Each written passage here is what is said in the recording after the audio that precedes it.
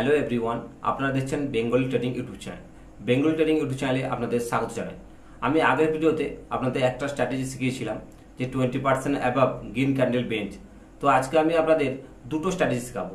একটা হচ্ছে cup and handle pattern, আর একটা হচ্ছে reverse head and shoulder pattern. Head and shoulder pattern নয়, কিন্তু রিভার্স মানে ঠিক উল্টো, মানে হেড অ্যান্ড শোল্ডারের ঠিক উল্টো, রিভার্স হেড অ্যান্ড শোল্ডার। ঠিক আছে? তো এই স্ট্র্যাটেজিটা বেস্ট 40 আর বেস্ট 40 নেক্সট যে কোম্পানির লিস্ট আছে সেখানেই অ্যাপ্লিকেবল হবে। এখানে কিন্তু যে বেস্ট 200 যে কোম্পানির লিস্ট আছে সেখানে কিন্তু অ্যাপ্লিকেবল হবে না।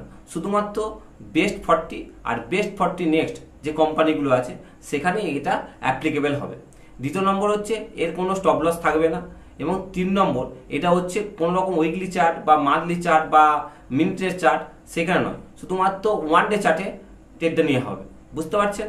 আর মোট পোর্টফোলিওর 5% টাকা, মোট পোর্টফোলিওর 5% টাকা একটা ট্রেডে ইনভেস্ট করতে পারবেন। ঠিক আছে? তো আমি আপনাদের ট্রেডিং ভিউ সাইটে নিয়ে গিয়ে চার্ট প্যাটার্ন খুলে আপনাদেরকে সহজ সরল ভাষায় শেখাতে থাকবো। তো চলুন। তো প্রথমে যে স্ট্র্যাটেজিটা শেখাবো আমি আপনাদের, সেটা হচ্ছে রিভার্স হেড অ্যান্ড শোল্ডার। তো রিভার্স হেড অ্যান্ড শোল্ডার মানে কি? যে আপনারা জানেন যে হেড অ্যান্ড শোল্ডার মানে হচ্ছে এটা হচ্ছে শোল্ডার, তারপর হচ্ছে হেড, তারপরে কি হচ্ছে শোল্ডার। মানে এটা হচ্ছে লেফট শোল্ডার, এটা হচ্ছে হেড, আর এটা হচ্ছে রাইট শোল্ডার। ঠিক আছে? এটা এখানে যদি একটা নিকলাইন দিয়ে দিই তাহলে দেখুন ঠিক এক রেখাতে রয়েছে। লেফট শোল্ডার, এটা হচ্ছে হেড, এটা রাইট শোল্ডার। ঠিক এর উল্টো, ঠিক এর উল্টোটাই হচ্ছে রিভার্স হেড অ্যান্ড শোল্ডার। ঠিক আছে? তো সেটা কীরকম হবে? সেটা হবে হচ্ছে ফার্স্ট শোল্ডার, তারপরে হচ্ছে হেড, তারপরে আবার শোল্ডার। ঠিক আছে? তো এখানে একটা লিগনাইট দিলে ফার্স্ট হচ্ছে এটা লেফট শোল্ডার। ঠিক আছে? এটা হচ্ছে লেফট শোল্ডার, এটা হচ্ছে হেড, আর এটা হচ্ছে রাইট শোল্ডার। বুঝতে পারছেন? তো এটিকে হচ্ছে এটা হচ্ছে 1 নম্বর রেজিস্ট্যান্স, হচ্ছে এটা হচ্ছে সেকেন্ড রেজিস্ট্যান্স, এটা হচ্ছে থার্ড রেজিস্ট্যান্স, আর এটা হচ্ছে ফোর্থ রেজিস্ট্যান্স। মানে বারবার এখানে যাচ্ছে, বারবার এখানে যাচ্ছে, এখান থেকে রেজিস্ট্যান্স পাচ্ছে, রেজিস্ট্যান্স পাওয়ার পর আবার নেমে আসছে, আবার যাচ্ছে, আবার রেজিস্ট্যান্স পাচ্ছে, আবার নিচে নেমে আসছে, আবার যাচ্ছে, আবার রেজিস্ট্যান্স পাচ্ছে, তারপরে আবার নেমে আসছে। এরপর যদি এই যে নিকলাইনটা টানলাম তার উপরে যে যদি ক্লোজ দেয়, তার উপরে যদি কোনো গ্রিন ক্যান্ডেল ক্লোজ দেয়, ঠিক আছে, তখন সেটা হচ্ছে ব্রেকআউট বলে, তখন হচ্ছে সেটা ব্রেকআউট। বুঝতে পেরেছেন? কখনো যদি এরকম থাকে, ধরুন এরকম হচ্ছে, ধরুন হেড শোল্ডার, বুঝতে পারছেন? যদি কখনো এরকম হয়,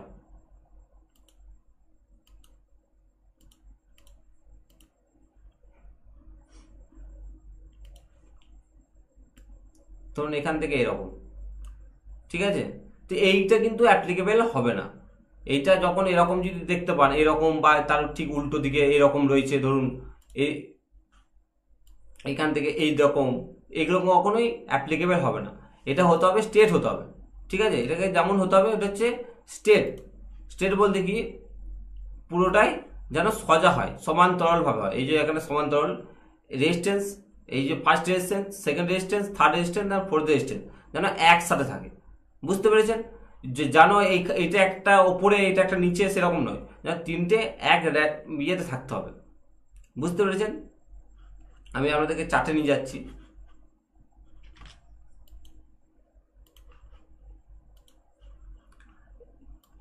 এখানে আমি আপনাদের OFSS, যেটা হচ্ছে V40 কোম্পানির একটা পার্ট, সেই কোম্পানিতে আমি নিয়ে এসেছি, সেটা থেকে আমরা ড্রয়িং করে আপনাদেরকে শেখাবো। ঠিক আছে? তো এখানে দেখুন, এখানে আমি একটি নিকলাইন ড্র করলাম। ঠিক আছে? তো এখানে ভালো করে লক্ষ্য করবেন, এটা হচ্ছে একটা শোল্ডার। ঠিক আছে? এটা হচ্ছে টোটাল একটা হেড। ঠিক আছে? আর এটা হচ্ছে আর একটা শোল্ডার। বুঝতে পেরেছেন? এটা হচ্ছে লেফট শোল্ডার, এটা হচ্ছে হেড, ওকে, আর এটা হচ্ছে রাইট শোল্ডার। বুঝতে পেরেছেন? তো এই তিনটে রেখা সমান্তরাল হতে হবে এবং তার উপরে এর উপরে কোনো রকম কোনো ক্যান্ডেল থাকা চলবে না। এখানে রেড ক্যান্ডেল থাকলেও চলবে, কিন্তু কোনো রকম কোনো গ্রিন ক্যান্ডেল, এই যে রেখাটা টানলাম তার উপরে কোনো গ্রিন ক্যান্ডেল থাকা চলবে না। এখানে রেড ক্যান্ডেল থাকলে চলবে এবং রেড ক্যান্ডেলের সঙ্গে যদি উইংস থাকে, যেগুলো এই উইংস সরু সরু যে রেখাগুলো এগুলো উইংস বলে, এই উইংস থাকলেও চলবে, কিন্তু কোনো রকমের গ্রিন ক্যান্ডেলের বডি, গ্রিন ক্যান্ডেলের যে বডি, সে বডি কখনো এই নিক লাইনের উপরে থাকা চলবে না। ঠিক আছে, এরপর দেখুন এখানে ব্রেকআউট হচ্ছে। ব্রেকআউট কোথায় হচ্ছে? ব্রেকআউট হচ্ছে ধরুন এখানে ব্রেকআউট হচ্ছে এই ক্যান্ডেলটায় একটা সাপোর্ট পেয়েছে, এটা সেকেন্ড সাপোর্ট, থার্ড সাপোর্ট এবং ফোর্থ সাপোর্ট, সেটাকে কি করছে? ব্রেক করছে। তো কোন ক্যান্ডেলটা ব্রেক করছে? দেখুন এই ক্যান্ডেলটা, এই যে গ্রিন ক্যান্ডেল, এই ব্রেকটা করতে হবে গ্রিন ক্যান্ডেলের উপরে, এই লাইনটাকে নিক লাইনটাকে ব্রেক করতে হবে, কিন্তু এটা গ্রিন ক্যান্ডেল হতে হবে, কোনো রকম রেড ক্যান্ডেল হলে হবে না। এই গ্রিন ক্যান্ডেলের সাথে এইটা দেখুন, এই যে ক্যান্ডেলটা, এই ক্যান্ডেলে গ্রিন ক্যান্ডেলের সাথে ব্রেক করছে। ঠিক আছে, বুঝতে পারছেন? তো এটা ব্রেক করার পর কি করতে হবে? এর যে হাইটা, সেই হাইটাকে একটা লাইন দিয়ে টেনে নিতে হবে। এই যে হাইটা যেটা ব্রেক করছে তার হাইটা, সেটা টেনে নিলেন। এর পরে উপরে, এই হাইটার উপরে, ঠিক আছে, অন্য একটা গ্রিন ক্যান্ডেলকে ক্লোজ করতে হবে। তাহলে এটা হলো কি? ব্রেকআউট হলো। এই গ্রিন ক্যান্ডেলটা ব্রেকআউট হলো। এর ব্রেকআউটের কনফার্মেশন চাই, মানে ব্রেকআউটটা যে ফেক নয়, বা এখানে যে অপারেটররা এই বাইং করে নিয়ে গেছে তারা যে এখান থেকে আরো র্যালি করবে, সেটা কোথায় বুঝবেন? তারপরে একটা এর যে হাইটা, এই হাইয়ের ওপরে একটা গ্রিন ক্যান্ডেল দিয়ে ক্লোজ করতে হবে। তাহলে এই হাইয়ের ওপরে একটা গ্রিন ক্যান্ডেল, এই এটা দেখুন একদম মার্জিন বা একদম একইভাবে রয়েছে, তাই আমরা এটাকে কাউন্ট করব না।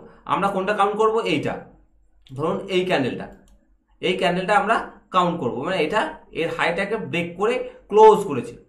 ঠিক আছে, এই যে তারপরের যে ওপেন, মানে তারপরের দিন যে সকালবেলায় যে ওপেন হচ্ছে, ঠিক আছে, তারপরের দিন যে সকালবেলায় ওপেন হচ্ছে এখানে, এই যে এখানটাতে আমরা কি করব? বাই করে নেবো।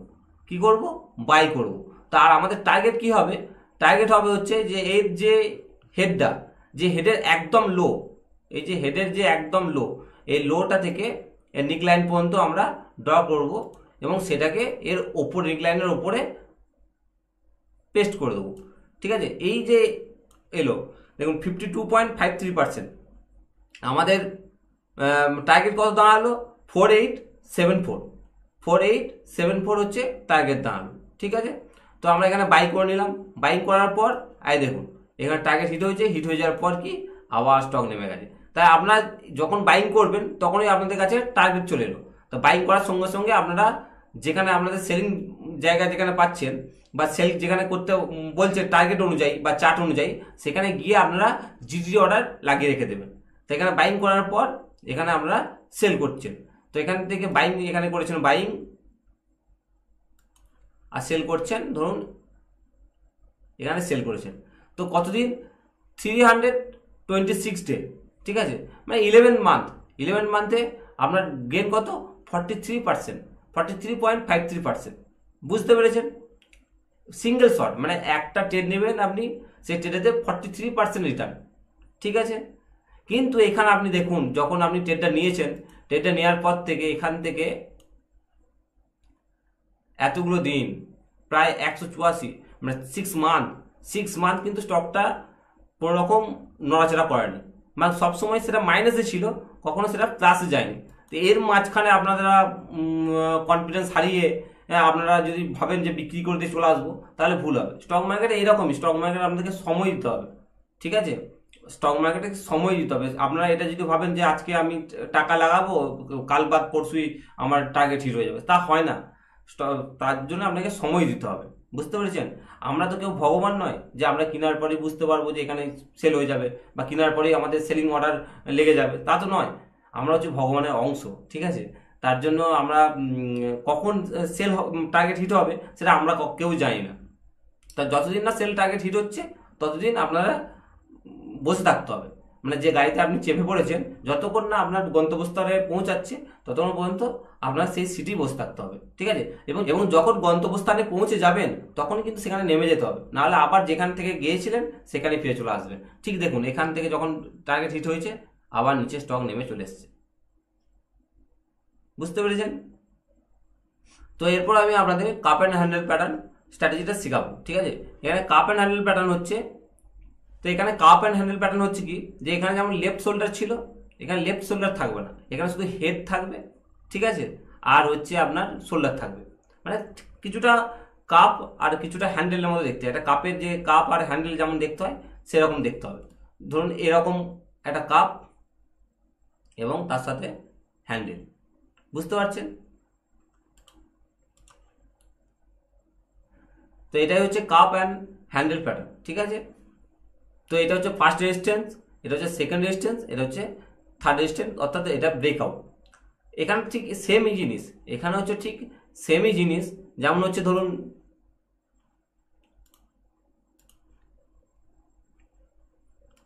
আমি তো আমি এই গোদরেজ কনজিউমার প্রোডাক্ট যে কোম্পানিটা আছে সেখানে নিয়ে এসেছি। এখানে ভালো করে লক্ষ্য করুন, এই দেখুন, এটা একটা হচ্ছে কাপ, এটা হচ্ছে একটা হ্যান্ডেল, বুঝতে পেরেছেন? এটা হচ্ছে কাপ, এটা হচ্ছে একটা হ্যান্ডেল। এর যে ব্রেকআউট, এর কথায় ব্রেকআউট হচ্ছে, এর ব্রেকআউট হচ্ছে এই যে এই ক্যান্ডেলটা, এই যে গ্রিন ক্যান্ডেলটা, এই যে গ্রিন ক্যান্ডেলটা, এই গ্রিন ক্যান্ডেলটা হচ্ছে ব্রেকআউট।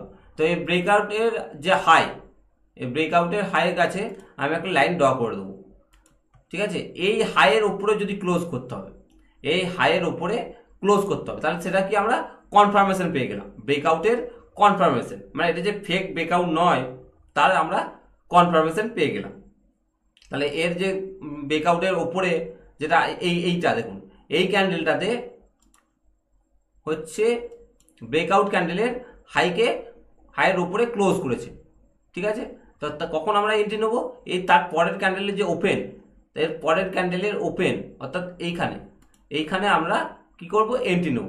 এবং আমাদের টার্গেট কি হবে, এই যে কাপের যে লো, এই কাপের যে একদম লো, সেখান থেকে নেকলাইন পর্যন্ত আমরা ড্র করে নেব এবং সেটা এই নেকলাইনের উপরে গিয়ে পেস্ট করে দেবো। ঠিক আছে, বুঝতে পেরেছেন? তাহলে আমাদের টার্গেট কত এসে দাঁড়ালো, 16.51%, বুঝতে পারছেন? তো 16.51% আমাদের কতদিনের মধ্যে টার্গেট হিট হয়েছে, এখানে আমরা বাইং করে নিয়েছি, এখান থেকে এখানে আমাদের সেলিং হয়েছে, এখানে আমাদের সময় লেগেছে 271, 271 দিনের মধ্যে আমাদের 14% হচ্ছে গেন করে নিয়েছি। এবং আর একটা কথা বলছি, এটা হচ্ছে আপনাদের 5% একটা ট্রেডে লাগাবে এবং এখানে আমাদেরকে অ্যাভারেজ করতে হবে। তো অ্যাভারেজ করার জন্য কি করতে হবে, যেখানে আমরা বাইং করেছেন তার থেকে যদি 10% ডাউন হয়ে যায়, যেখানে আপনারা বাইং করছেন সেখান থেকে যদি 10% ডাউন হয়ে যায়, ধরুন এখানে যেখানে বাইং করেছেন আপনারা, এই জায়গায় আপনারা বাইং করেছেন, এখান থেকে যদি 10% ডাউন হয়ে যায়, তো এটা 10% ডাউন হয়নি, এখানে যদি 10% ডাউন হয়ে যায়, তো 10% ডাউনে আপনাদেরকে বাইং করতে হবে। এবং সেল কোথায় করতে হবে, যেখানে বাইং করেছেন, যেখানে সেকেন্ড ট্রেডটা নিচ্ছেন সেটাও আপনাদেরকে 5% নিতে হবে, মানে টোটাল ফার্স্টে ট্রেডের জন্য 5% এবং সেকেন্ড ট্রেডের জন্য যেটা এভারেজ করছেন সেখানেও 5%। একটা স্টকেতে 10%-এর বেশি ইনভেস্ট করা যাবে না, 5% প্রথম ট্রেডেতে, এবং তারপরেও যদি অ্যাভারেজ আসে, এভারেজ যদি তারপরেও আসে তাহলে সেখানে আরও 5%। সেই 5%টা কখন, সেই যেখানে আপনারা ফার্স্ট বাইং করেছেন তার থেকে যদি 10% নিচে চলে আসে, তাহলে সেখানে আপনারা সেকেন্ড বাইংটা করবেন, অর্থাৎ সেকেন্ড ট্রেড নেবেন এবং সেই ট্রেডটা যেখানে সেকেন্ড বাইং করলেন, যেখানে সেকেন্ড প্রাইস গেলেই সেখানে আমরা বিক্রি করে দেবেন, বুঝতে পেরেছেন? ধরুন আমি আগেরটা দেখাচ্ছি আপনাদের,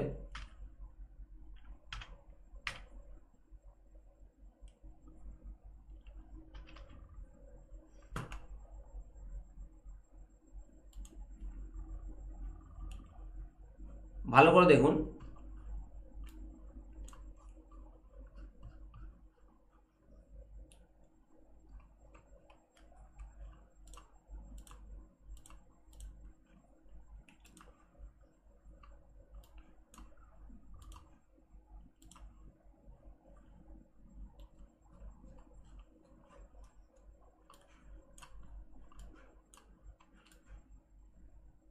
আমরা বাইং করেছিলাম কোথায়, এইখানে বাইং করেছিলাম।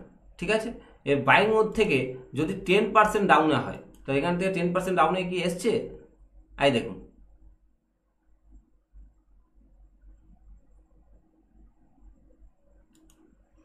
এখানে হচ্ছে আপনার 10% ডাউন চলে এসছে। তাহলে আমরা কোন ক্যান্ডেলের 10% ডাউন এসছে? এই যে গ্রিন ক্যান্ডেল দেখতে পাচ্ছেন, এখানে আপনারা বাইং করেছিলেন, ফার্স্ট বাইং, সেকেন্ড বাইং কোথায়? বাইং থেকে যদি 10% নিচেও নেমে যায় তখন আপনাদেরকে এভারেজ করতে হবে। এভারেজ কিন্তু সবসময় মাস্ট করতে হবে। এভারেজ হচ্ছে খুব কুইক আপনাদেরকে রিটার্ন দেবে, বুঝতে পেরেছেন? কখনো যদি আপনারা দেখেন যে একটা ফ্রেশ বাই আসছে এবং আরেকটা হচ্ছে এভারেজ বাই আসছে, সবসময় আপনাদেরকে এভারেজ বাইটা ফার্স্ট প্রেফারেন্স দিতে হবে, বুঝতে পারছেন? কারণ এভারেজ বাইটা যখন করবেন ওটা খুব কুইক আপনাদেরকে টার্গেট হিট করাবে। তো যদি বাইং প্রাইস থেকে 10% নিচে নেমে যায়, এখানে দেখুন বাইং প্রাইস থেকে 10% নিচে নেমে গেছে এই গ্রিন ক্যান্ডেলটাই বাইং প্রাইস থেকে 10% নিচে নেমে এসছে। তো এইখানে আপনারা কি করবেন? বাইং করে নেবেন। কত পার্সেন্ট টাকা? এখানে 5% টাকা একটা বাইং করেছেন। এখানে কত পার্সেন্ট টাকা একটা বাইং করেছেন? এখানে হচ্ছে আপনারা 5% টাকা বাইং করেছেন, ফার্স্ট বাইং।